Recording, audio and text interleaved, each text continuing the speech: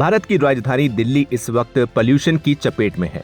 दिल्ली का AQI 300 से ज्यादा हो चुका है, जिसके बाद अब ग्रैप सेकंड लागू करने की पूरी तैयारी है। तो आज हम आपको बताएंगे आखिर ग्रैप क्या होता है और इसके लागू होने के बाद किन किन चीजों पर पाबंदी लगाई जाती है।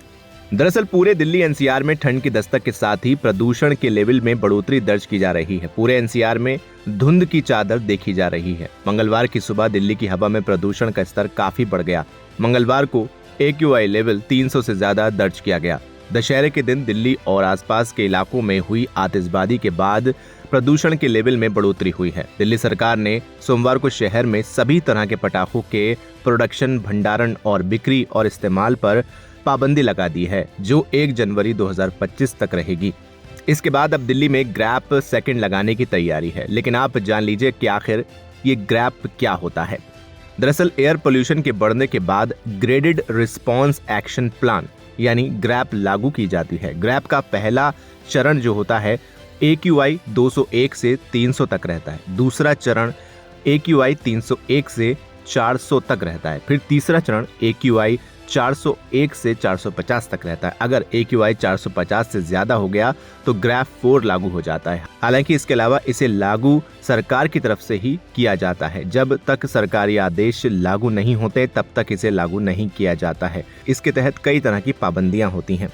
आमतौर पर ग्रैप 1 तब लागू किया जाता है जब शहर का AQI 200 के पार पहुंच जाता है। ग्रैप 1 लागू होने के बाद होटलों, रेस्टोरेंट में कोयला और जलाऊ लकड़ी के इस्तेमाल पर पूरी तरह से पाबंदी लगा दी जाती है, क्योंकि इससे निकलने वाला धुआं पर्यावरण को तेजी से प्रभावित करता है।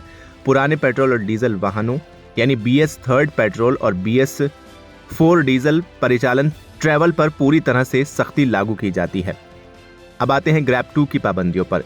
ग्रेडेड रिस्पॉन्स एक्शन प्लान के दूसरे चरण यानी ग्रैप 2 के तहत कई पाबंदियां लागू की जाती हैं। जैसे औद्योगिक गतिविधियों पर रोक लगा दी जाती है। कई तरह के बिजनेसेस को बंद करने या उनकी गतिविधियों को लिमिट करने के आदेश दिए जाते हैं, खास तौर से जो ज्यादा प्रदूषण फैलाते हैं। इसके अलावा कंस्ट्रक्शन में भी रोक लगा दी जाती है, क्योंकि इससे धूल और बाकी कण वायुमंडल में मिलते हैं, जिसका सीधा असर हवा की गुणवत्ता पर होता है। इसके अलावा प्राइवेट व्हीकल्स के एंट्री पर भी रोक लगा दी जाती है और पब्लिक ट्रांसपोर्ट को बढ़ावा दिया जाता है। वहीं कोयले से चलने वाले थर्मल पावर प्लांट्स को बंद कर दिया जाता है।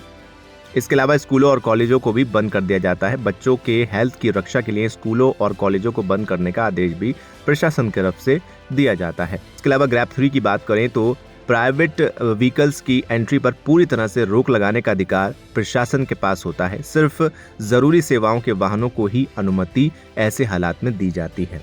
फिलहाल इस वीडियो में इतना ही। उम्मीद है आपको ये जानकारी पसंद आई होगी। वीडियो को लाइक करें, शेयर करें और चैनल को सब्सक्राइब करना बिल्कुल ना भूलें।